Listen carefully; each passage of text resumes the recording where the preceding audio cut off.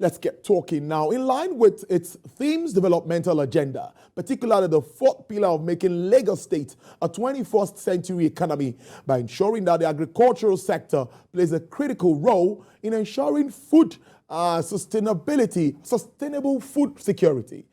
The Governor Babajide Sanwo-Olu led administration inaugurated a 5-year agricultural plan developmental roadmap on the 21st of April 2021. The 5-year roadmap therefore highlights the intervention areas by the state government to boost agricultural productivity at the upstream, midstream, and downstream sectors of 7 value chains and services, taking into consideration the comparative advantages Lagos State has in these factors. With these plans in place, the state is poised to be self-sufficient in food production, moving from 18 to 40% of food needs in the next 5 years, and thus ensure that that Lagos State achieves the sustainable development goals as it relates to the sector. Well, joining me live in the studio to help me understand all of this, I of course talk more about the plan to grow the agri sector in the entire state center of excellence. She's the State Commissioner for Agriculture, Ms. Abisola Olusoya. Thank you so much. It's good to have you on the program. Thank you for having me. Yeah, I'd like to start with this roadmap. We've talked about it for some time. It's almost 2 years, I think. Yes. Yes, so take us through what level of implementation are we with regards to that? So with regards to the 5-year agricultural and food systems roadmap, which was launched April of 2021, we had certain milestones that needed to be achieved year on year.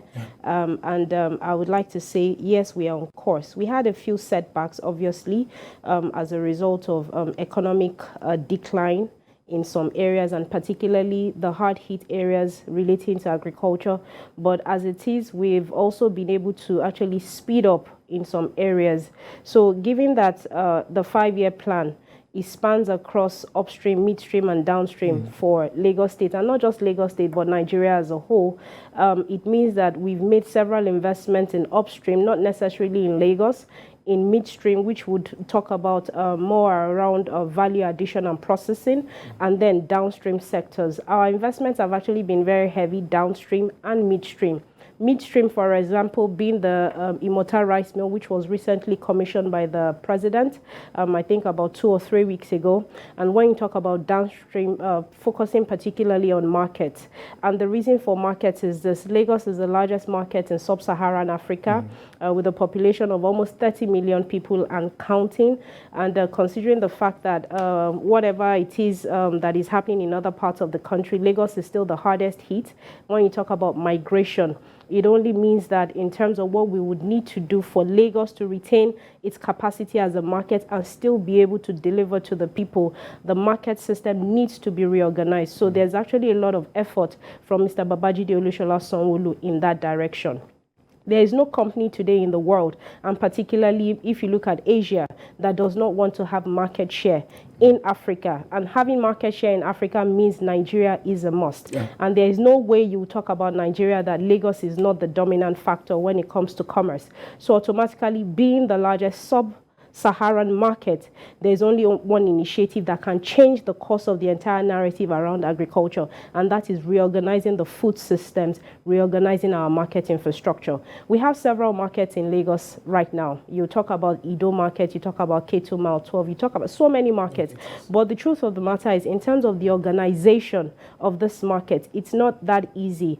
You see that in terms of transparency, to even understand how transactions happen, you are not able to garner much from it. But with the reorganization happening, which we have actually started with regards to implementation, if you consider the Central Food Logistics Park, the largest in Africa, currently being constructed at K2 Ekpe, Ejinre area. And then if you look at the pilots that we have recently constructed, which is at Moshi Idiro, which is supposed to be the middle-level agro-produce hub.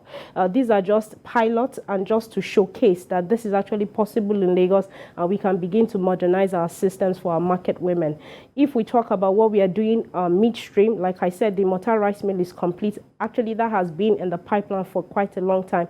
But in other sectors and in other value chains, what are we doing? So for the fish processors, for instance, because when you talk about fisheries, you'll be talking about those in the processing, which will be the midstream. We've actually done a lot of investments, particularly around giving them smoking kiln. And also we are in the process of constructing fish processing centers across the 3 senatorial districts. The reason for this is fisheries is actually a major occupation for indigenous Lagosians. So if you go to the Ojo Badagry axis, if you go to Ikorodu, if you go to Ekpe, these are fishing communities, and you have a lot of people in this space, in this occupation. We've invested a lot, particularly around giving them engines, giving them outboard motor engines, giving them fishing nets, and also giving them boats. For the first time in a long time, in over 30 years, Mr. Babajide Sanwo-Olu actually made sure that fishing boats, fiberglass fishing boats, not wooden boats, were actually given to fishermen, to their communities. And then we've also done a lot in terms of training, in terms of investment, and then even in partnerships with financial institutions around inclusivity. So if you go to fishing communities today, you see that a lot of the youth, they actually don't have the assets to go out fishing. So they rely on the old traditional fishing methods, which are actually not as productive. And aside that, in terms of them wanting to continue the practice of fisheries, it's actually on a decline because of how unconventional and how unattractive it looks. So we had partnered with financial institutions around inclusivity, drawing them into the financial system with the boats that we had actually given based on the fishing communities, just to ensure that they can actually access bank facilities going forward, such that if they also go out for fish catching and trawling and what have you, and whatever proceeds they make, they can actually have some money in the bank, and from there they become bankable and they can expand their operations. We've done some things in poultry as well. We've done some things and some collaborations with organizations and even countries such as the Netherlands around urban farming. And I can just continue to reel out initiatives across I board. know you can, but allow me to interject, because a lot is really being done. And I think the major aim is to achieve food security, which is what we also want as Lagosians. The number of people living in Lagos is good to be secured with food. So the private sector comes in one way or the other in all of this. Can you tell us also how? Because all of this cannot just be done by the state alone. No, it can't be done by the state. So we are very private sector heavy in terms of involvement.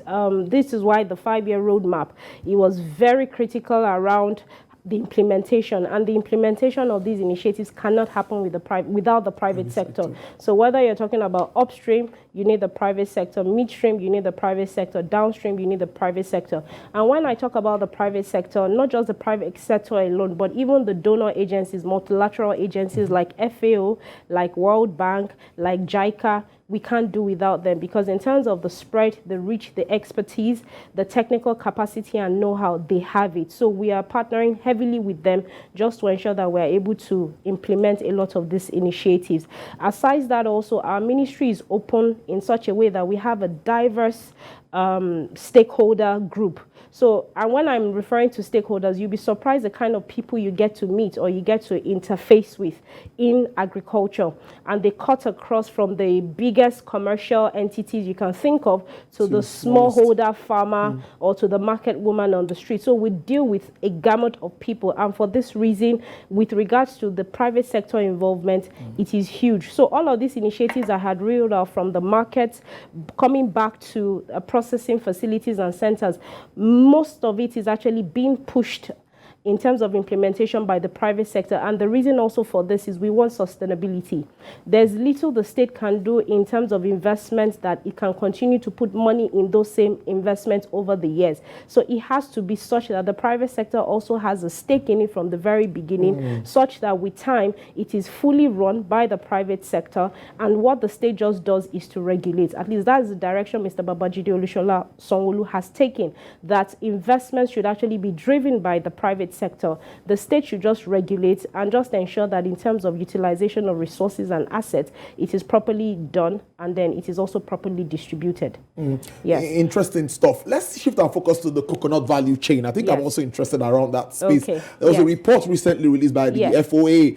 Tell us more about that. So the FAO, which is an arm of the United Nations, we actually have a partnership with them. So FAO is very heavy on technical expertise, capacity building and support.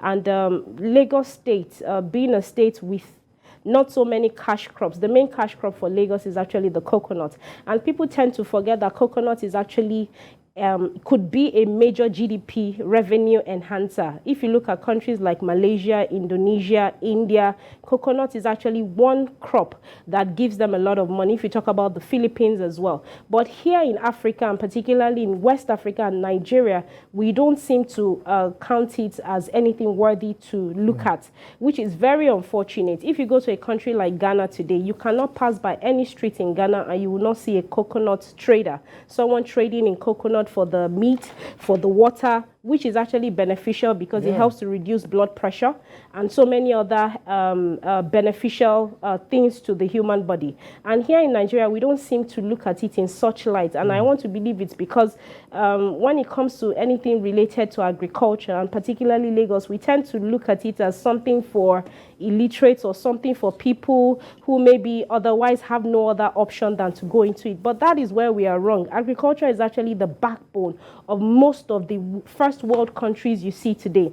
If you go to the United States, California is an agricultural economy. Thinking we're not making our sector making it as attractive as it should be. Yes. So which is why the private sector involvement is now heavy and we are pushing it aggressively. But the reason why it's also not been that way in the times past is because agriculture can be very murky if you don't have proper information. So for a bank to put money behind any enterprise, it needs to see the books. It needs to understand the market trends. It needs to know how you will spend the money, how the monies will return on investment and what have you. But the thing is, in times past, farmers have not, at least many would not have kept records properly. And aside that, things have not been done in a scientific way. So you're a trader today, you know that you want to go into the sale of laptops. You check the market. What is the average price of a laptop? How much would the selling price be? If I pay my rent, if I pay my staff, if I pay this, if I pay that, this is what is going to be left. So I can actually say maybe return on investment on laptops is 10%. But the average farmer cannot tell you that. So if an average farmer is going to plant on 1 hectare of land and say he wants to do tomatoes, because he's also subject to weather conditions that he has no control over, he can actually not predict what he will get as return on investment. And for that reason, banks don't want to put their money behind such heavy risk, which is why technical building, technical capacity support is needed. We need to drive heavily on that, and that is where the partnership with the likes of FAO come in, and that is what they are actually helping us with the coconut belt. Lagos has 183 kilometers coastline, and all of it is supposed to be covered with coconuts. It used to be that way, but with massive erosion, with climate change and so many other things, such as farmers not even wanting to get into it anymore because of the long gestation period for coconuts, you see a decline. And then you see lots of imports coming from Ghana into Nigeria and into other parts of the country. But with what FAO is doing with us now, which is to ensure that in terms of the requirements that would help us develop the coconut chain and the coconut belt properly, they've been able to help us with assessment. So it's more like they dovetailed more into our 5-year roadmap to draw out the coconut, and then from there do a proper dissection such that in terms of investments required, we would be able to understand better and we'll get better investors into the space. That's the collaboration with the FAO. You touch on aquatic that's the aquatic space in the agricultural value chain. And I'm remembering the Lagos State Aquatic Center of Excellence. Yes, that's LACE. So LACE, yes, Lagos State Aquaculture Center for Excellence. So we actually had a bit of a drawback concerning that particular project. And this is the reason: to set up a processing facility, because it's supposed to be more of a processing facility of growing fingerlings and then processing and then selling or exporting. There were certain requirements around water, around fresh water availability in the area, and not just fresh water availability in the area, the topography required to get the optimal production within that space. And so we had a bit of an issue around, okay, we have identified the space, but even to be able to get the space, to acquire the space, there were a few hiccups here and there. And I think this actually helps me to explain better to the viewers how agricultural land works. So a lot of people tend to think that, oh, the Lagos State government or the Ministry of Agriculture is sitting on huge hectareage of agricultural land owned by us. The truth is, these are lands that are zoned for agricultural purposes, not necessarily that they are owned by the state. These lands are still owned by families. So when we as a state government, we see that, oh, this land will be good for such a project as this, we still approach the families, and because as an agricultural ministry, we have the first right of way to ask that we would like to utilize this land. We actually pay crop compensation to these families to be able to utilize the land. If we don't pay the crop compensation, we cannot gain access to those lands. So these are some of the challenges we face. So people just tend to assume that, oh, Lagos State, they are sitting on land, Agric is sitting on land. It doesn't work that way. So with regards to Lace, it had to take a lot of effort for us to comb the entire area around Igbonla in Ekpe. And God being so good, the traditional ruler there, the Alara of Ilara, he was so helpful in trying to help us identify the space as required by the private sector partners. We've gotten that now. We've actually gotten a few things out of the way. We are just supposed to do groundbreaking at this point. So like I said, yeah, there were drawbacks, no doubt, but at least we are in process of ensuring that we establish. Well, interestingly, back to the Imota rice mill. Yes. Many, we hear figures of jobs could be created, what we should expect to get from it. But I used to remember that there was the Lake Rice, the Lagos and Kebbi thing. So all of this put together, what should we expect really from this rice mill? So from the rice mill, you should expect the best quality rice in Nigeria, milled with the finest equipment. In terms of quantity, in terms of paddy availability determines the output. And at the end of the day, having a 40,000 metric ton silo capacity, it means in terms of what you'll be able to produce, on average, at least you should be able to get per month, nothing less than 100,000 bags. Wow. Because at the end of the day, you should have 2.4 million averagely for the year. But for starters, since it's just a kickoff, you think of, okay, if we even do 50% utilization, this is what we should be able to get. And then as time goes on, let's say 3 months, 6 months down the line, you should be able to get nothing less than 200,000 bags of 50 kilo out of that mill. As it is now, the president commissioned about 3 months ago. I know sale of the rice is kicking off in a few weeks' time. In fact, I think it's kicking off next week, if my memory serves me well, and if in talks with the special advisor to Mr. Governor on the Rice Mill Initiative. And like I said, you should expect the very best milled rice in Nigeria, because in terms of the equipment, it is the Rolls Royce of rice mills.